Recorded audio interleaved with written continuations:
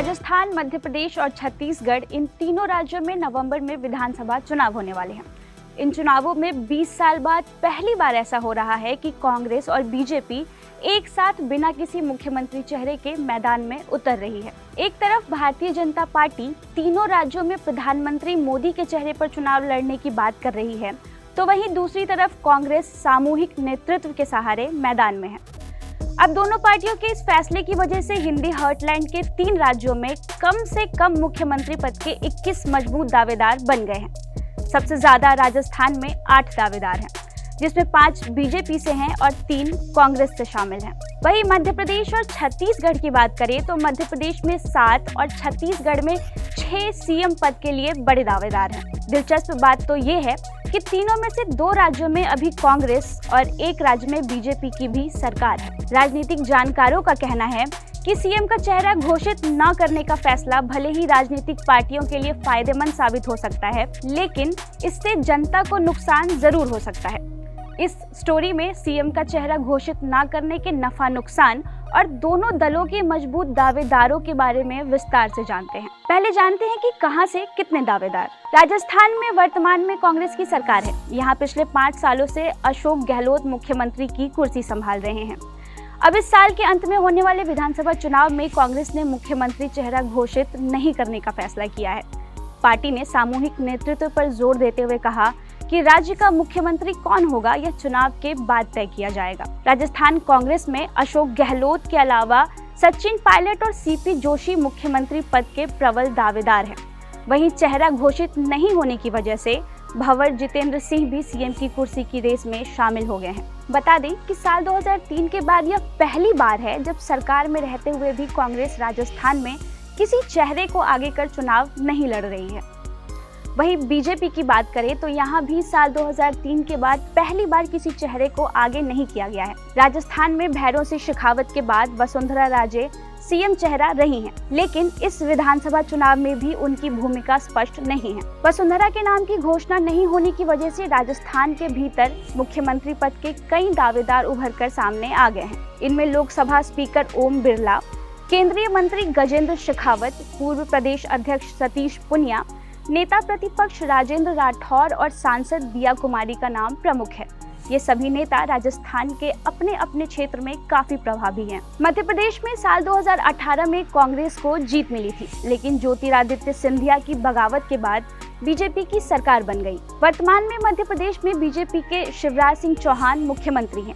अब इस साल के अंत में होने वाले विधानसभा चुनाव में बीजेपी ने मध्य प्रदेश में मुख्यमंत्री चेहरा घोषित नहीं करने का फैसला किया है। भोपाल में पत्रकारों से बात करते हुए केंद्रीय गृह मंत्री अमित शाह ने हाल ही में कहा था कि अभी शिवराज सिंह चौहान पार्टी के मुख्यमंत्री हैं, आगे क्या होगा यह पार्टी तय करेगी। इससे पहले साल 2003 में बीजेपी ने कांग्रेस के दिग्विजय सिंह के सामने उमा भारती को चेहरा घोषित किया था। उस चुनाव में पार्टी जीत भी गई थी। साल 2008-2013 में शिवराज बीजेपी के चेहरे थे और दोनों चुनाव में पार्टी को जीत मिली थी। अब आते हैं साल 2018 पर। इस साल यही पार्टी मोदी के चेहरे को आगे करके चुनाव में उतरी और काफी करीबी मुकाबले में चुनाव हार गई। अब इस बार एक बार फिर बीजेपी बिना किसी सीएम चेहरे के मैदान में उतर रही है। अब सीएम का नाम घोषित नहीं करने की वजह से मध्य प्रदेश में पार्टी के कई नेता खुलकर दावेदारी करने लगे हैं। भारतीय जनता पार्टी में शिवराज के अलावा ज्योतिरादित्य सिंधिया, कैलाश विजयवर्गीय, नरेंद्र सिंह तोमर, प्रहलाद पटेल और गोपाल भार्गव मुख्यमंत्री के दावेदार हैं। वहीं कांग्रेस की बात करें तो कमलनाथ मुख्यमंत्री पद के सबसे बड़े दावेदार हैं, लेकिन कांग्रेस में भी सीएम चेहरे की घोषणा नहीं किए जाने के कारण कई नेता इस रेस में शामिल हो गए हैं। इनमें कमलेश्वर पटेल, जीतू पटवारी का नाम प्रमुख है।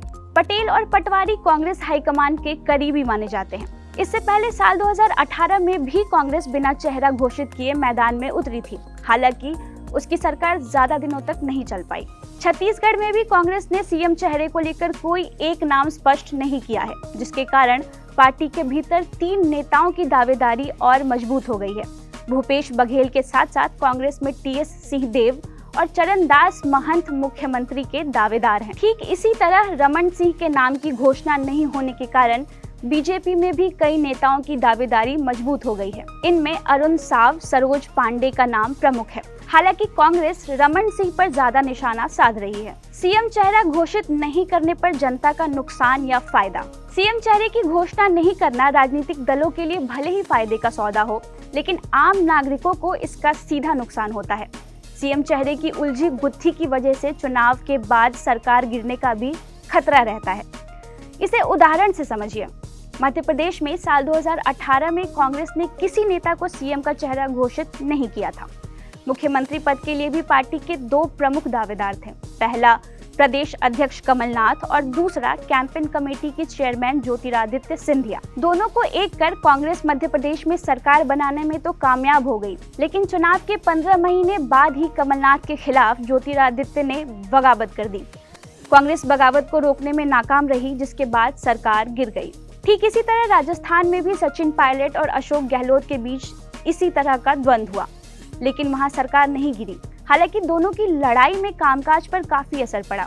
छत्तीसगढ़ में भी सिंहदेव और बघेल की लड़ाई में कांग्रेस के कई वादे पूरे नहीं हुए।